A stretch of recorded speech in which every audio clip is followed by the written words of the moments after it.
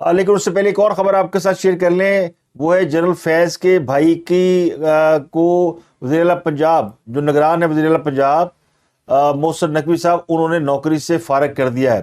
یہ بڑے بااثر آدمی تھے۔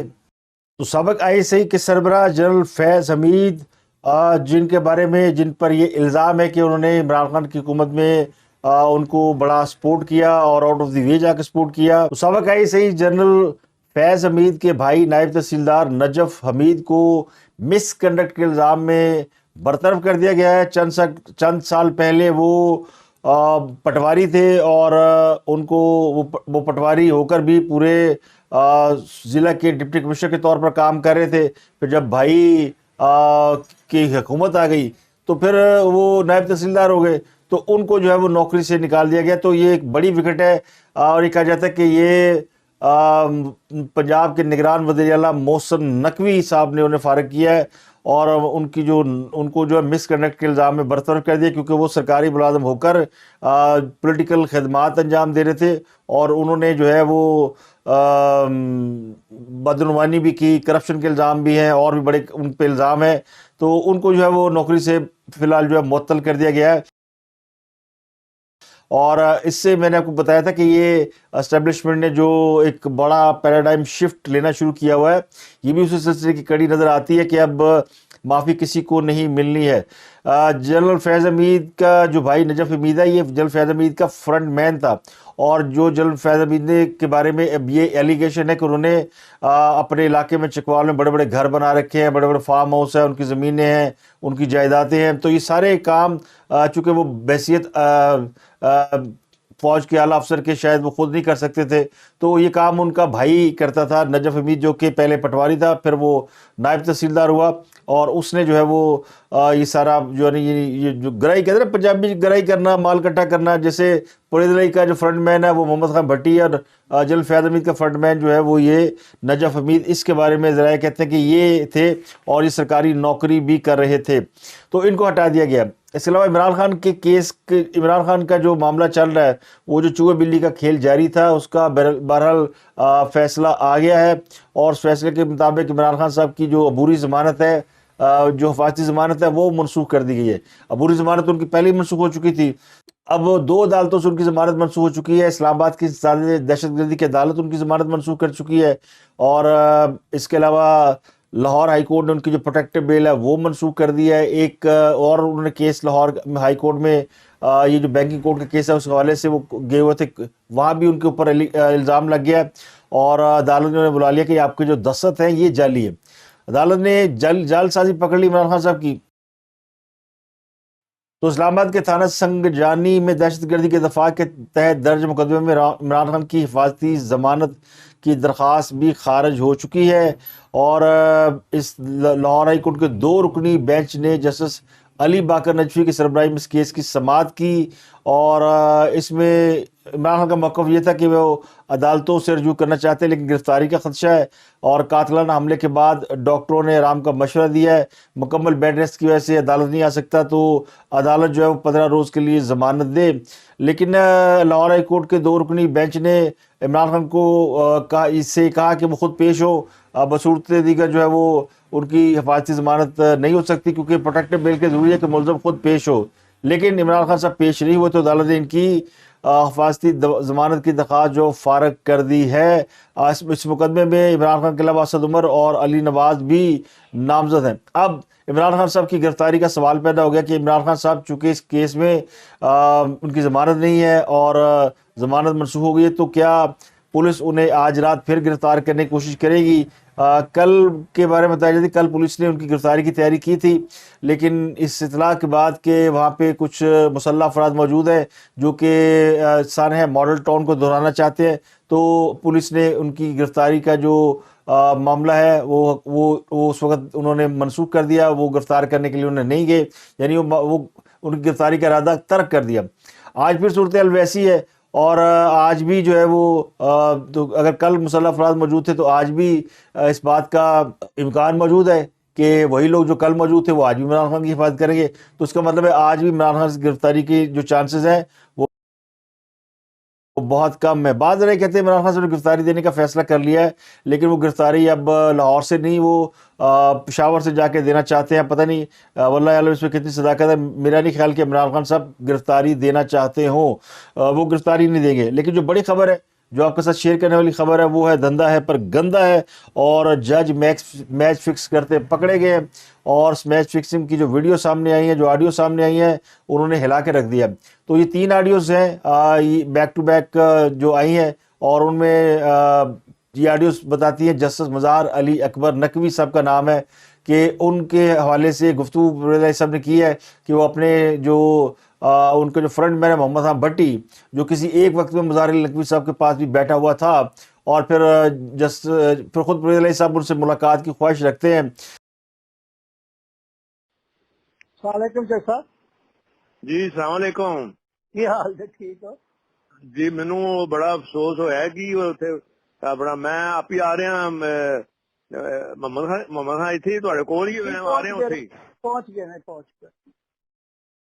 جی نہیں میں آپ بھی آ رہا اتنے. سب کوئی گل نہیں کوئی کہہ رہا کہ نہیں نہیں میں کوئی پروٹوکول نہ نہیں آ رہا اپنے نہیں میں تمہیں کیا نا تہاڈا اپنا گھر ہے، اینی ٹائم تسی آ نہیں میں 1 سیکنڈ دا صرف میں سلام کر کے ٹر جاگا. میں آ گیا میں آ گیا نا نیڑے پہنچ گیا یار کی کر رہا پیا میں خالی سلام.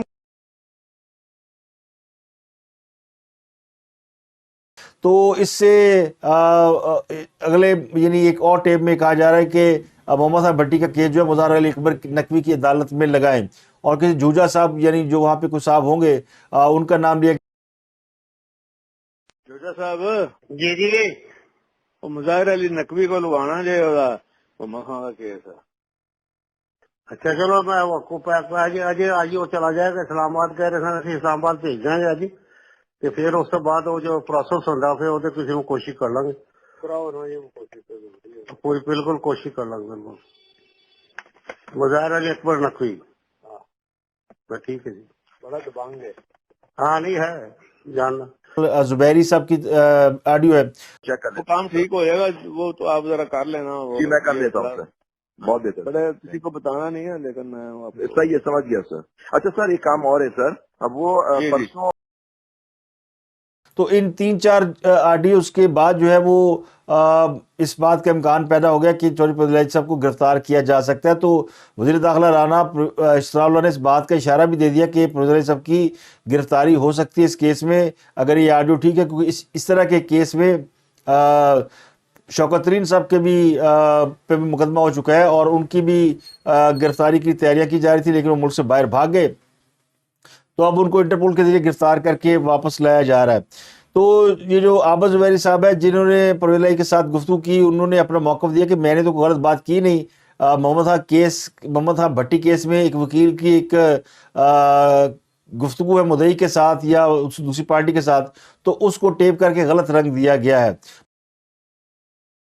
پاکستان بار کونسل نے آڈیو لیک پر چیف جسٹس سے تحقیقات کا مطالبہ کر دیا ہے اور کہا جی کہ آڈیو اصلی ہونے کی صورت میں جج کے خلاف آرٹیکل 209 کے تحت کارروائی کی جائے، اور آڈیو جعلی ہونے کی صورت میں ذمہ داروں کے خلاف کارروائی کی جائے. ویسے رانا صلی اللہ صاحب سے سوال پوچھا گیا تو انہوں نے کہا جی کہ بالکل اس بات کی بھی تحقیقات ہونی چاہیے کہ یہ آڈیو جو ہے یہ ریکارڈ کون کرتا ہے، کیونکہ بڑا اہم سوال ہے. آڈیوز تو آ رہی ہیں لیکن ان کی ریکارڈنگ کون کرتا ہے.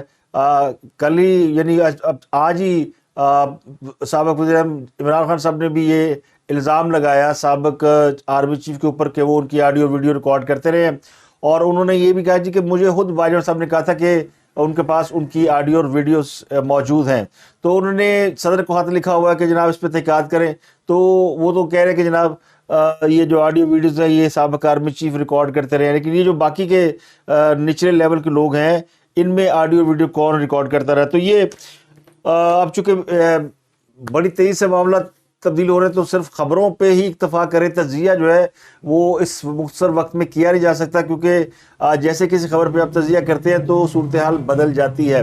تو آج جو اصل میں 2-3 بڑی چیزیں تھیں میں ان کو سبب کر دیتا ہوں. ایک تو عمران خان صاحب سارا دن لاہور ہائی کورٹ کے ساتھ آنکھ مچولی کھیلتے رہے، اور عدالت انہیں بلاتی رہی کہ آپ آئیں، آپ پیش ہوں اور پھر آپ کی حفاظتی ضمانت منظور کی جا سکتی ہے. لیکن عمران خان صاحب ضمان پارہ سے نہیں نکلے، اور زمان پارک میں اینٹ کر بیٹھے رہے اور بالآخر عدالت کو ان کی جو درخواست تھی وہ خارج کرنا پڑی. تو عمران خان نے یہ ثابت کر دیا کہ وہ کسی قانون کے ماتحت نہیں ہے اور عدالت اگر انہیں بلاتی رہے تو ان کی بلا سے. تو انہوں نے عدالت کو بالکل یعنی خاطر میں نہیں لائے اور وہ سمجھتے ہیں کہ وہ اتنے بڑے لیڈر ہیں اور اتنے بڑے آدمی ہیں کہ عدالتوں کی ضرورت نہیں کہ انہیں بلایا جائے, اور عدالت اگر انہیں بلاتی ہے اور وہ نہیں جاتے تو ان پر کسی قانون کا اطلاق نہیں ہوتا. اب عدالتوں نے نہ انہیں توہین عدالت کا نوٹس جاری کیا نہ اس کے اوپر کوئی کیس چلائیں گے, لیکن عدالت نے صرف اتنا ہی کیا کہ وہ درخواست خارج کر دی. اگر تو عدالت اس جرم میں یعنی ان کو پیش نہ ہونے کی صورت میں جبکہ بار بار بلایا گیا توہین عدالت کا نوٹس ہی جاری کر دیتی تو کچھ عدالتوں کی ذرا رہ جاتی, لیکن وہ بھی نہیں ہوا. تو یہاں جو ہے نا وہ میں نے آپ کو بتایا تھا کہ اب جوڈیشری ورسز حکومت آئی ہوئی ہے, لیکن حکومت ابھی دونوں ہاتھ باندھ کے کھڑی ہے کہ مائی باپ جو کرنا ہے آپ نے کرنا ہے, لیکن اگر آپ نے نہیں کیا تو پھر بہت ساری ویڈیوز آڈیوز موجود ہیں. تو میرا خیال ہے اس کا ایک سلسلہ بھی شروع ہو گیا ہے, جوڈیشری کو بھی کان کھڑے ہو گئے ہوں کہ یہ کیا ہو رہا ہے, اور ججوں کی آڈیوز بھی آنی شروع ہو گئی. اب تو جج ظاہر مظاہر نقوی کی جس نے آڈیو ریکارڈ کی ہے وہ جج تے نہیں چھڑے گا, اور اگر وہ جج نہ بھی چھوڑے تو یہ ماشاءاللہ ان ٹاپ 5 ججوں میں شامل ہیں. وہ جو 5 کا بینچ بنا ہوا ہے جس کے بارے میں یہ تاثر موجود ہے کہ وہ اس کا ایک طرف رجحان ہے, وہ ایک مخصوص پارٹی کو سپورٹ کرتے ہیں, تو وہ جج تو نہیں چھوڑیں گے. اور مجھے یاد ہے اس سے پہلے بھی ایک چیف جسٹس صاحب تھے تو ان کے کسی بینچ کے رکن کی خبر چھپ گئی تھی اور پھر انہوں نے پورا زمین آسمان کے کلابے میں لا دیا اور سب کو عدالت میں کھینچ لیا تھا کہ یہ خبر چھپی کیسے, اور خبر سچ ہونے کے باوجود جو ہے وڈرا کرنی پڑی کیونکہ عدالت ایک طرف کھڑی ہو گئی تھی. تو اس طرح عدالت اس معاملے میں بھی یا تو کھڑی ہو جائے, اس بات پہ سٹینڈ لے لے کہ جناب یہ آڈیو ریکارڈ کیوں ہوئی, بجائے اس کے کہ وہ تحقیقات کرے کہ یہ آڈیو اصلی ہے یا نکلی. میرا خیال ہے کہ جو اگلا اس میں جو مرحلہ ہوگا نا وہ یہ ہوگا کہ عدالت پوچھے گی کہ جناب یہ ریکارڈ کس نے کی, بندہ دسو کیڑا ہے, اسی اس بندے کو پھڑنا ہے کہ وہ کون ہے جو ججوں کی آڈیو ریکارڈ کرتا ہے. تو ججوں کی آڈیو ریکارڈ کرنے کا مسئلہ جو ہے نا یہ اب میرا خیال ہے کہ یہ اس پہ جو ہے معاملہ شروع ہونے والا ہے. اور کل لوگوں کے اوپر 2-3 بم پڑے تھے مہنگائی کا, پیٹرول کا, اور لوگ بھی اپنے زخم سے لا رہے تھے کہ آج کہانی بدل گئی اور اب ڈیولپمنٹ ہو رہی. اب اگر تھوڑی دیر بعد اگر پولیس زبان پر پہنچ گئی اور خاص کو گرفتار کر لیا تو یہ ہمارا ویلاگ تو دھرے کا دھرا رہ جائے گا. لیکن وہ کیا کرے, پھر آپ کے ساتھ چیزیں شیئر کرنا تو ضروری ہے. تو اب تک کے لیے اتنا ہی, آپ سے ملاقات ہوتی ہے اگلے ویلاگ میں. اپنا اور گرد و نواح کے لوگوں کا بہت بہت خیال رکھیے گا.